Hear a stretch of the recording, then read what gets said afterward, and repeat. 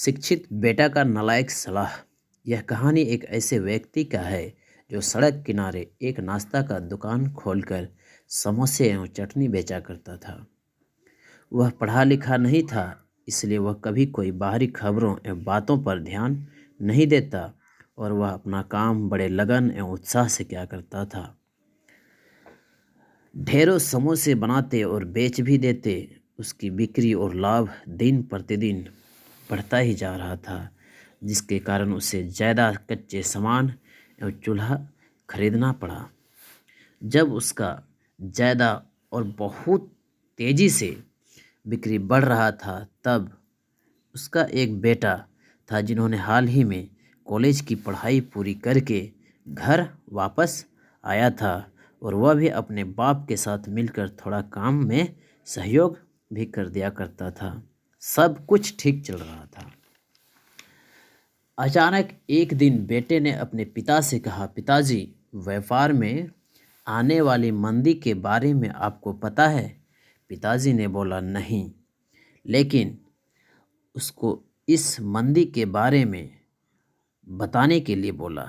बेटा ने कहा, वैश्विक हालात बहुत ख़राब हो रहा है और हम लोगों की देश की हालात तो उससे भी अधिक बदतर हो रहा है। हमें आने वाले बुरे दिन के लिए तैयार रहना चाहिए। पिता ने सोचा कि उसका बेटा एक पढ़ा लिखा और कॉलेज की पढ़ाई पूरी करके आया है, रोज़ समाचार सुनकर अखबार पढ़ता है, इसलिए इसको सब जानकारी है। इसके सलाह को हल्के में नहीं लेना चाहिए, उसकी बातों को मान लेना चाहिए। और अगले ही दिन समोसे और दुकान के कच्चे सामान की खरीदारी कम कर दिया, दुकान का बोर्ड भी हटा दिया। काम करने में उसका उत्साह कम होने लगा और धीरे धीरे उसके दुकान पर ग्राहक आना भी कम होते चला गया। उसकी बिक्री भी धीरे धीरे गिरने लगी और आर्थिक तंगी आना शुरू हो गया। उसके बाद एक दिन अपने बेटा को बुलाकर कहा, तुम ठीक ही कह रहे थे कि हम लोग आर्थिक मंदी की दौर से गुजर रहे हैं। मुझे खुशी है कि तुमने मुझे समय से पहले इस बात को बता दिया।